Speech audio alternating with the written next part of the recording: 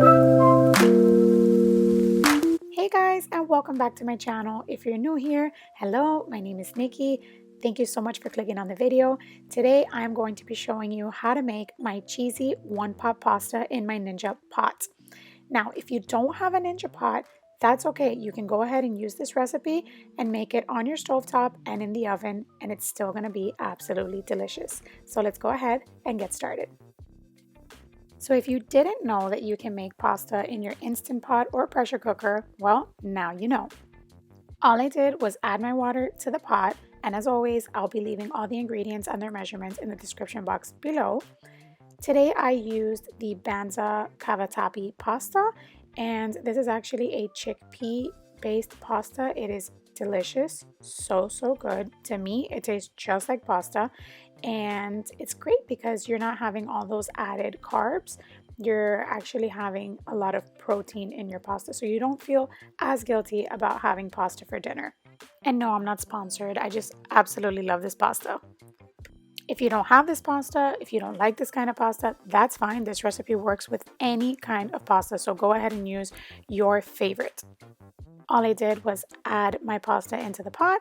I gave it a quick stir, and then I just popped on my pressure cooker lid, and I made sure that the vent was sealed.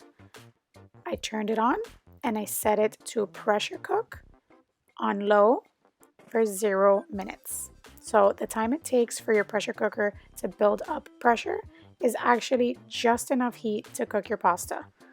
Now, once your little red vent up there, that little red nozzle, once it pops up, that means that your pot has built up pressure.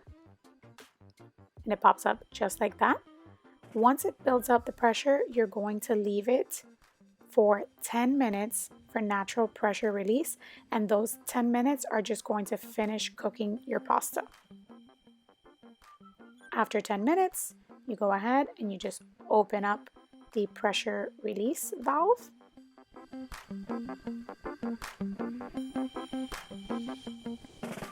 And once your little red indicator goes down, it is safe to open up your pot. This is what my pasta looked like once it was done cooking.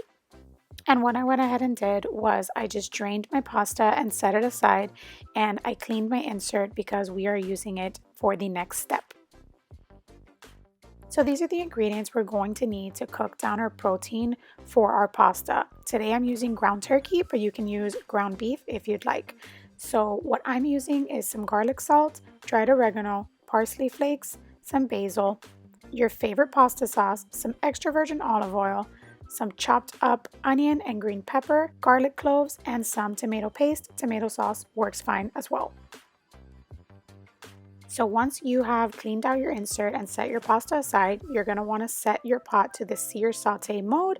I set mine to a medium-high heat, and I added in about 2 to 3 tablespoons of extra virgin olive oil.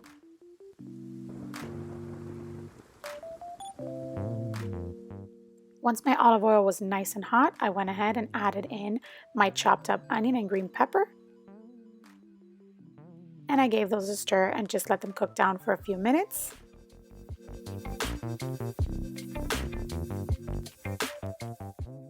And then I went ahead and added in my garlic cloves, which I just pressed in a garlic press.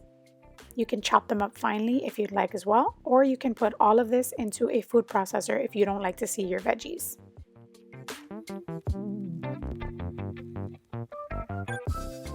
Then I just added in a scoop of my tomato paste.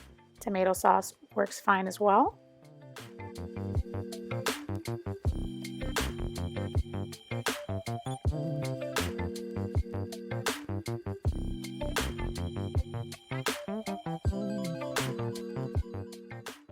Now this step is optional, but I highly recommend it just to help break down that tomato paste and scoop up all those flavors at the bottom of the pot. I just add in a little splash of red wine.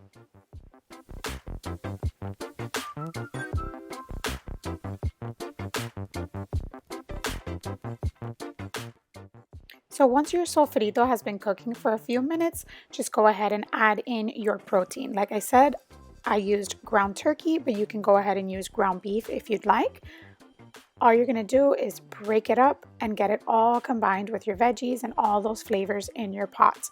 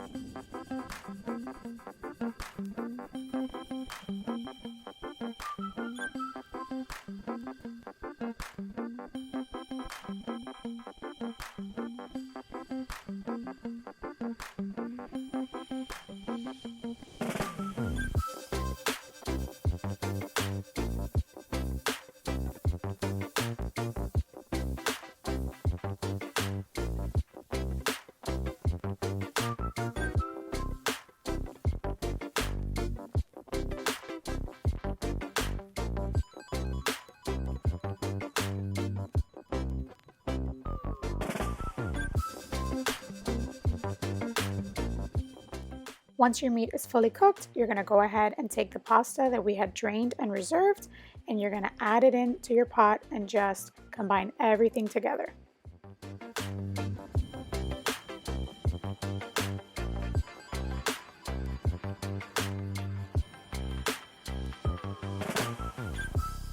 This is optional, but I went ahead and added a little more garlic salt over the top just to make sure everything was nice and seasoned.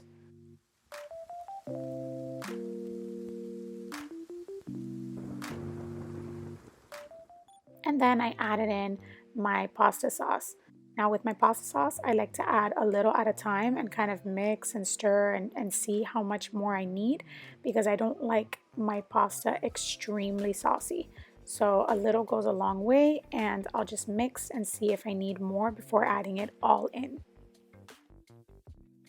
So at this point, I turned off my pasta and I took my two types of cheeses that I was going to use, mozzarella and parmesan. They're just the shredded kind. You can use your favorite cheeses to top the pastas with, but this is just boom. It's an amazing combo and I use it every time. So all I do is just do some mozzarella, some parmesan, some mozzarella, some parmesan, and I just go building the cheese in layers. Also, don't forget the edges, those crisp up so nice. You want to make sure that all your pasta is completely covered, and like I said, make sure that you turned off your sear saute mode. Your pot is off. Then once you've topped your pasta with your cheese, you're going to drop the crisping lid, my favorite part of this pot, and you are going to set it on the broil function for about 7 minutes. And after 7 minutes, this is what my pasta looked like. It looked like it had just come out of the oven. Guys, this pot will do it all. I'm telling you, I absolutely love it. One of my favorite things that it does is what I'm showing you here. So once you are done with your meal, let's say that you're not having dinner for another hour or two, you can go ahead and put your pressure cooker lid on, close the vent, and set it to keep warm, and it will keep your food warm as long as you need it. And this is how my pasta turned out, guys. I went ahead and plated it with some baked crescent rolls and just a little salad. Guys, give this pasta a try. This is so delicious. Once again, thank you so much for clicking in on the video. If you liked the video, don't forget to give it a thumbs up. And if you haven't clicked that subscribe button, I invite you to do so, because I have a lot of delicious recipes coming up that you do not want to miss.